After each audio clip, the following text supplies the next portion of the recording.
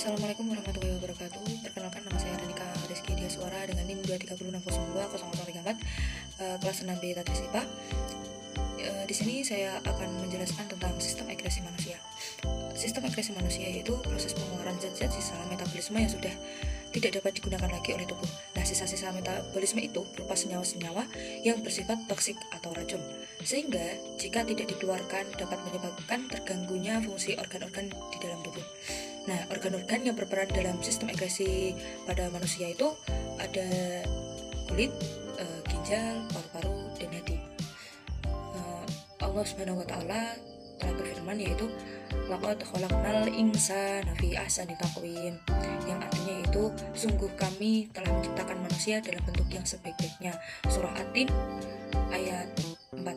Nah, organ sistem ekskresi itu ada hati, ada ginjal, ada kulit, ada paru-paru. Sisa metabolisme ini dihasilkan oleh hati.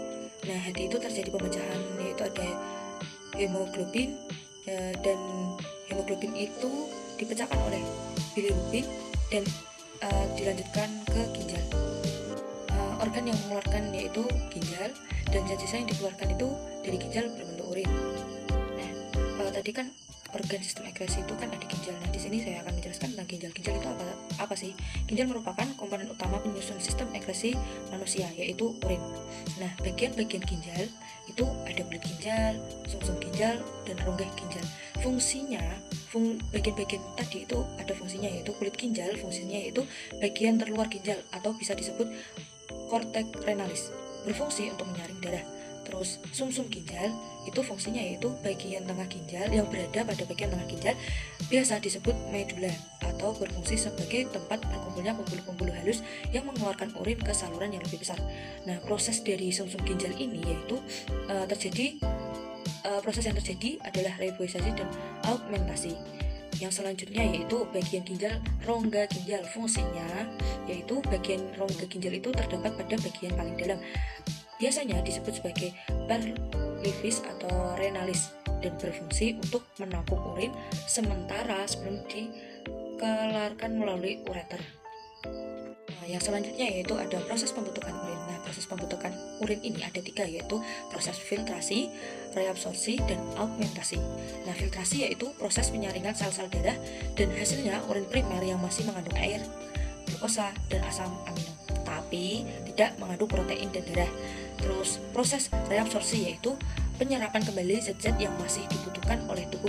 Hasil dari proses reabsorpsi adalah urin sekunder. Terus ada proses augmentasi. Proses augmentasi yaitu pengumpulan cairan, dan proses sebelumnya atau hasil dari proses augmentasi adalah urin yang sesungguhnya. Nah, yang selanjutnya yaitu ada bagian-bagian kulit. Bagian-bagian kulit itu ada epidermis, dermis, dan jaringan ikat bawah kulit. Nah, epidermis atau lapisan kulit ari yaitu terdiri dari lapisan tanduk dan lapisan malpighi. Nah, dermis itu lapisan kulit jangat. Nah, lapisan dermis ini lebih tebal daripada lapisan epidermis. Terus ada jaringan ikat bawah kulit, yaitu lapisan ini terletak di bawah dermis atau di antara lapisan jaringan ikat bawah kulit dengan dermis dibatasi sisa lemak. Nah, jaringan lapisan dermis itu ada pembuluh kapiler, kelenjar keringat, kelenjar minyak, pembuluh darah, ujung-ujung saraf, dan kantong rambut. Nah, dari jaringan lapisan dermis tadi itu ada fungsinya. Nah, jaringan-jaringan lapisan dermis tadi itu ada pembuluh kapiler, fungsinya yaitu menyampaikan nutrisi pada akar rambut dan sel kulit. Terus ada kelenjar keringat, yaitu fungsinya menghasilkan keringat, dan kelenjar minyak fungsinya yaitu menghasilkan minyak agar kulit dan rambut tidak kering. Terus ada pembuluh darah. Pembuluh darah yaitu fungsinya mengedarkan darah ke seluruh sel atau jaringan. Terus ada ujung-ujung saraf, yaitu fungsinya yaitu meliputi ujung saraf perasa, peraba, rasa nyeri, rasa panas, dan rasa sentuhan. Terus ada kantong rambut, fungsinya yaitu tempat akar, batang, dan kelenjar minyak rambut. Nah, yang selanjutnya yaitu paru-paru. Paru-paru gambarnya seperti yang ada di sebelah kanan itu ada paru-paru pada manusia. Nah, manusia memiliki sepasang paru-paru yang terletak di rongga dada. Terus paru-paru berfungsi sebagai organ pernafasan, yaitu menghirup oksigen dan mengeluarkan CO2. plus uap air. Nah, uap air dan CO2 berdifusi di dalam alveolus kemudian dikeluarkan. Terus yang selanjutnya itu ada hati. Hati berfungsi untuk mengekskresikan getah empedu, zat sisa dari perombakan sel darah merah yang telah rusak dan dihancurkan di dalam limpa. Nah, itu ada gambar hati, di dalamnya ada apa saja. Nah, ada kantong empedu, usus 12 jari, terus saluran empedu, terus hati di bagian kanan itu ada sel-sel hati, terus ada kelenjar empedu, arteri, dan vena. Nah, sudah tidak asing kan. Terus yang selanjutnya yaitu proses pemecahan sel darah merah. Nah, proses pemecahan sel darah merah ini ada hemin, terus biliverdin, lanjut ke bilirubin, nah lanjut ke urobilogen. Nah, urobilogen ini ada urobilin dan sterkobilin.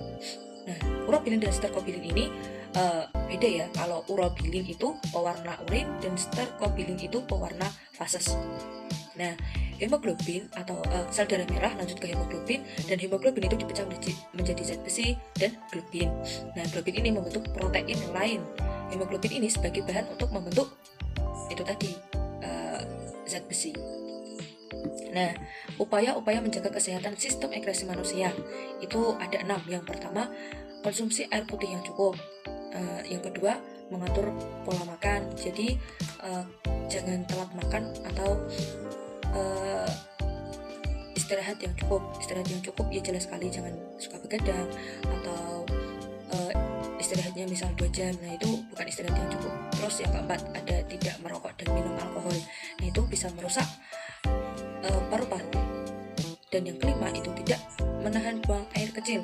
Jadi tidak boleh menahan buang air kecil. Terus yang keenam yaitu batasi asupan garam. Nah, terus miskonsepsi sistem ekskresi manusia. Nah, miskonsepsinya itu apa? Yang pertama itu ginjal hanya menyaring dan menghasilkan urin. Terus konsep yang benar yaitu ginjal juga menghasilkan urin primer, sekunder, dan tersier. Yang kedua yaitu kulit dapat membuang panas sisa metabolisme yang dapat membuat suhu tubuh. Konsep benarnya itu apa? Pengaturan suhu tubuh dapat melalui 2 cara, yaitu berkeringat dan mengeluarkan urin.